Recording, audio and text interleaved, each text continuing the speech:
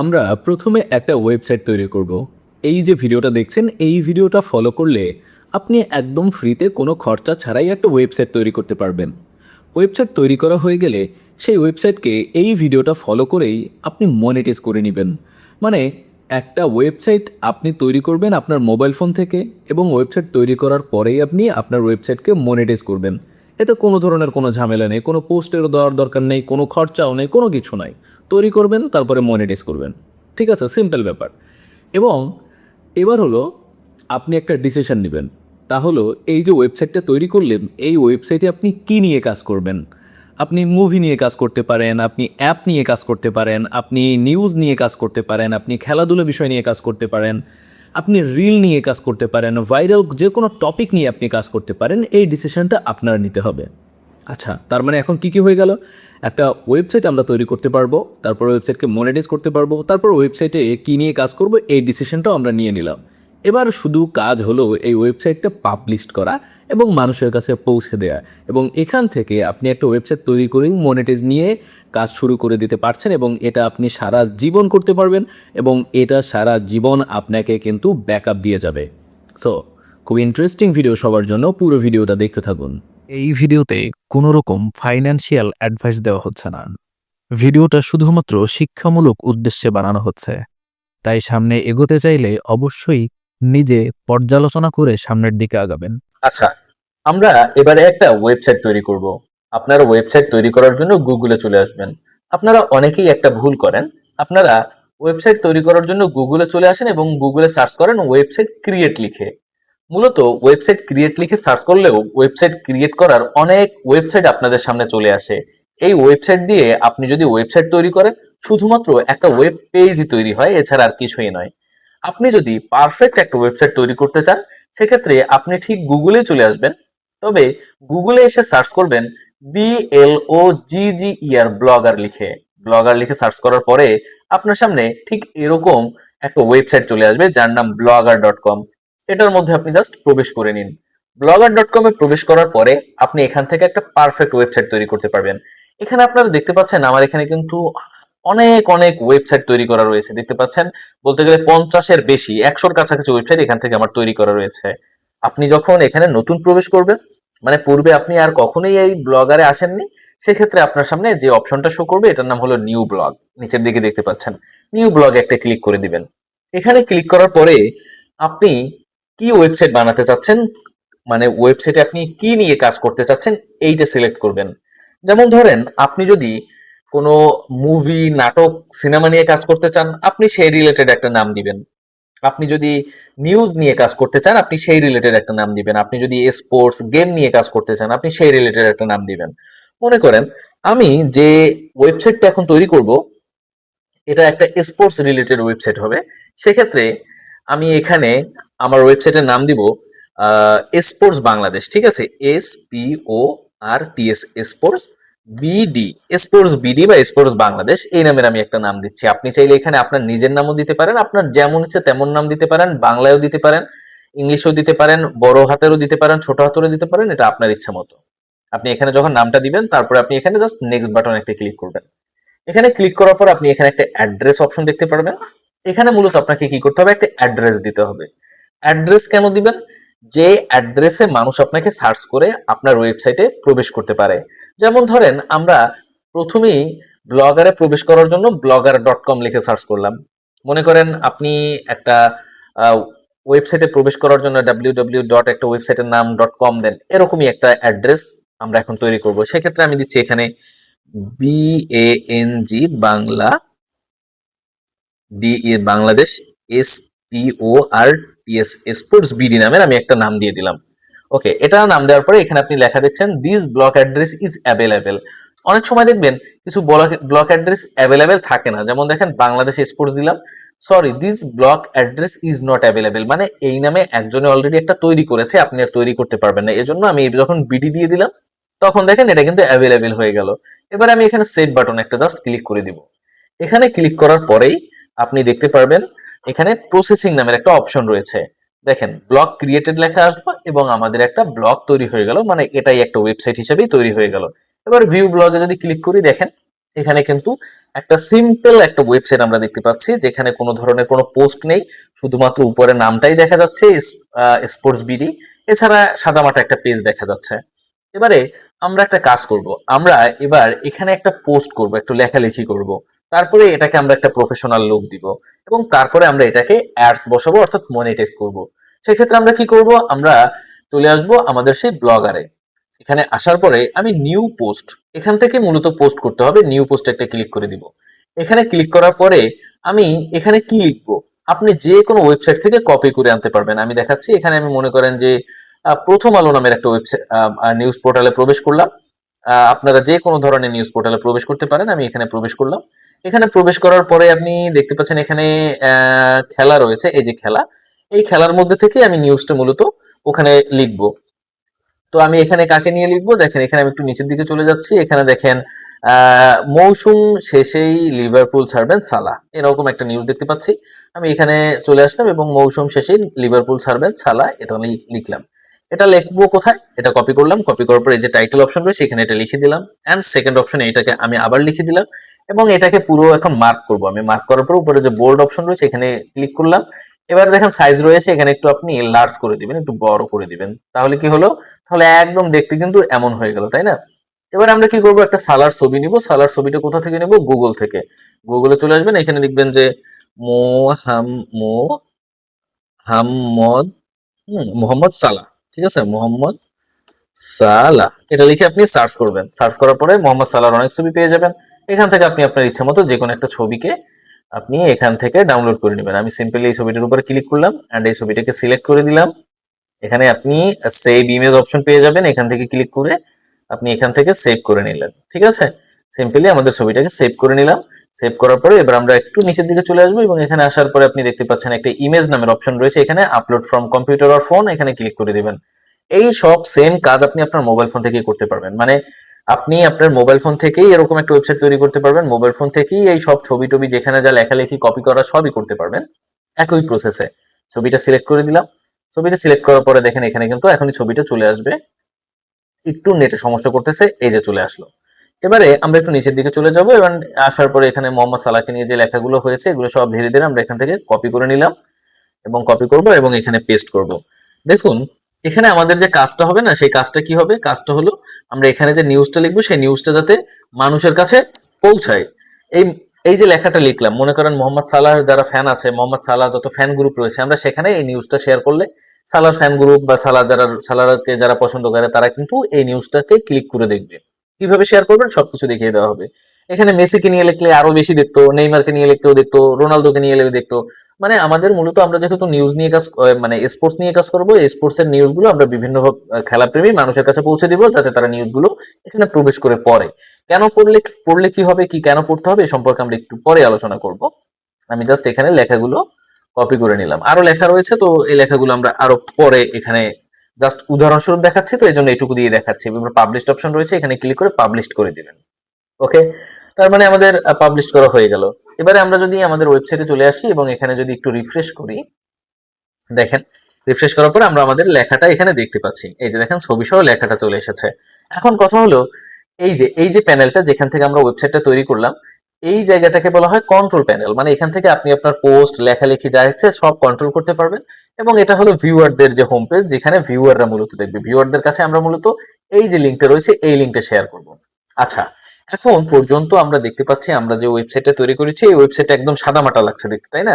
এবার এই ওয়েবসাইটটাকে একটু প্রফেশনাল লুক দেওয়ার জন্য আমরা আবারও গুগলে চলে আসব, এবং গুগলে আসার পরে এখানে যে সার্চ অপশন রয়েছে এখানে সার্চ করব ব্লগার ফ্রি টেমপ্লেট লিখে। এই যে দেখেন BLOGGR ফ্রি টেমপ্লেট লিখে সার্চ করার পরে আপনার সামনে এই ওয়েবসাইটটা চলে আসবে, দেখতে পাচ্ছেন ব্লগার টেমপ্লেটস। এই ওয়েবসাইটের মধ্যে প্রবেশ করে নিন। এই ওয়েবসাইটে প্রবেশ করার পরে আমি জাস্ট একটু লেয়ারগুলো ক্লোজ করে নিচ্ছি। ওকে, এই ওয়েবসাইটে প্রবেশ করার পরে এখানে ফ্রি ব্লগার টেমপ্লেট নামের যে অপশন পাবেন এখানে প্রবেশ করুন। এখানে প্রবেশ করার পরে আপনি এখানে নিচের দিকে অনেক ওয়েবসাইটের টেমপ্লেট দেখতে পাবেন। দেখেন অনেক ওয়েব টেমপ্লেট রয়েছে। আমি আমার ইচ্ছা মতো একটা যে কোনো টেমপ্লেট এখান থেকে নিয়ে নেব। আপনি আপনার পছন্দ মতো যে কোনো টেমপ্লেট নিয়ে নেবেন, এবং তারপরে এখানে ডাউনলোড বাটন পাবেন, এখানে ক্লিক করবেন। টেমপ্লেটটা এই যে ডাউনলোড হয়ে গেল। এবার টেমপ্লেটের উপর একটা ক্লিক করবেন, মোবাইল থেকেও ঠিক সেম ভাবেই করবেন। এই যে টেমপ্লেটটা ডাউনলোড, এটার উপর একটা ক্লিক করলে এটা সম্পূর্ণ আনজিপ হয়ে যাবে, ঠিক আছে? আপনার মোবাইল থেকে এটাকে আনজিপ করে নেবেন। আনজিপ হয়ে যাওয়ার পরে এবার কি কাজ, এবার কাজ হলো আমরা মূলত আমাদের ওয়েবসাইটে টেমপ্লেটটাকে ইয়া করব, মানে টেমপ্লেটটাকে এখানে ইনস্টল করব। ঠিক আছে, এজন্য আমরা থিম নামের বাটনে চলে আসবো, কন্ট্রোল প্যানেলের নিচের দিকে থিম নামের বাটন রয়েছে, এখানে চলে আসবো। এখানে কাস্টমাইজ বাটন, তীর মার্কের মতো একটা অপশন রয়েছে, রিজিস্টার বাটন রয়েছে, আপলোড অপশন রয়েছে, এখানে চলে আসবো। এখানে আসার পরে আপনি কি করবেন, আপনি জাস্ট এটাকে একটু ইয়া করে নেবেন, এটাকে একটু যাতে দেখতে সুবিধা হয় এজন্য একটু বড় করে নেবেন। দেখেন এখানে এক্সএমএল ফাইল কোনটা, এইটা, এই যে দেখেন এক্সএমএল ফাইল, এই এক্সএমএল ফাইলটাই মূলত আমাদের আপলোড করতে হবে। আমরা দুইটা এক্সএমএল ফাইল দেখতে পাচ্ছি, আমরা বড়টা এখানে সিলেক্ট করে দিলাম এন্ড এখানে ওপেন অপশনে ক্লিক করে দিলাম। এখানে দেখেন রিস্টোরিং থিম লেখা রয়েছে, এখানে দেখেন রিস্টোর থিম লেখা আসলো। একটু সময় অপেক্ষা করার পরে এবার যদি আমরা এটাকে রিফ্রেশ করি, দেখেন এবার কিন্তু রিফ্রেশ করার পরে কিন্তু আমাদের ওয়েবসাইটে একটা কিন্তু লুক চলে আসলো। দেখেন একটা ওয়েবসাইট একটা লুক চলে আসলো, হ্যাঁ, মানে একটা প্রফেশনাল একটা লুক চলে আসলো।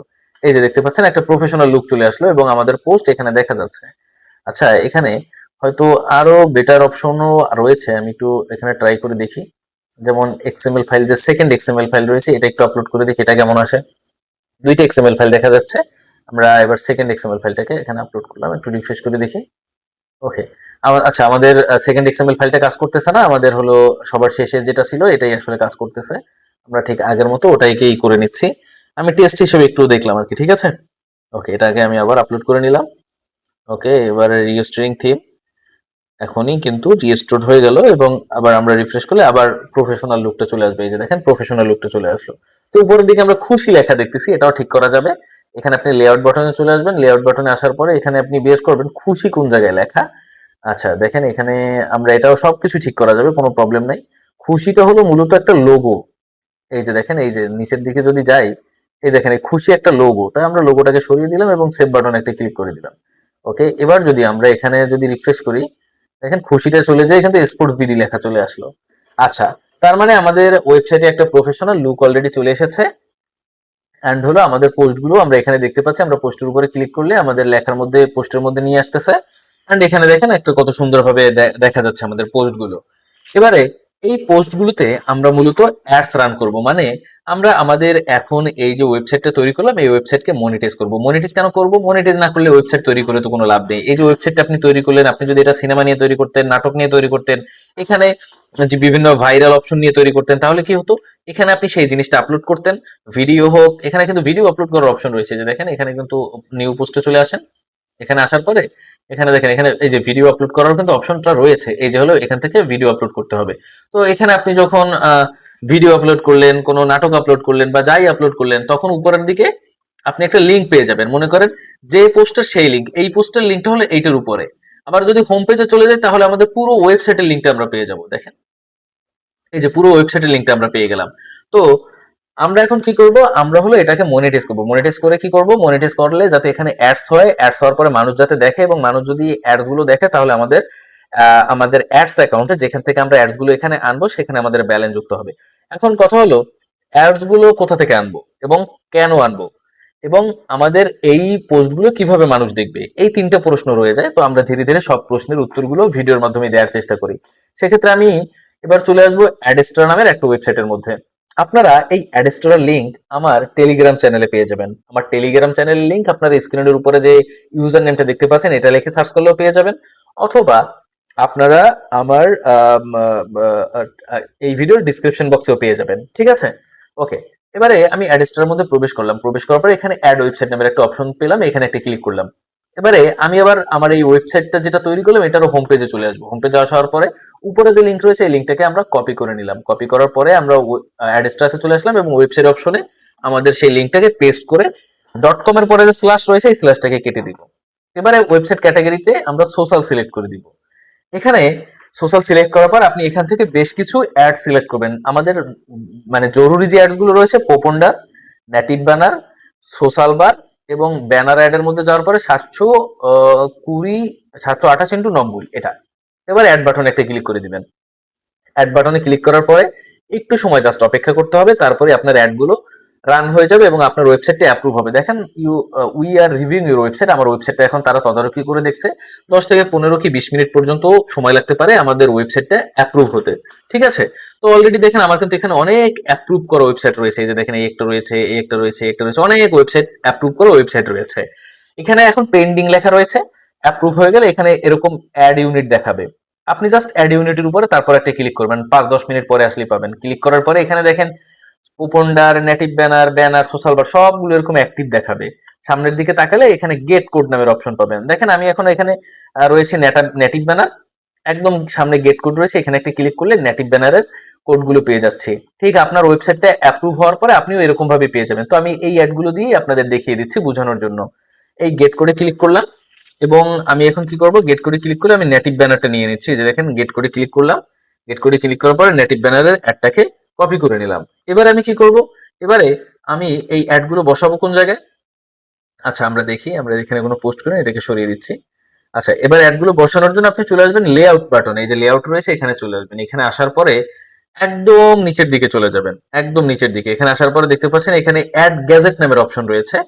এই অ্যাড গ্যাজেট একটা ক্লিক করে দিবেন।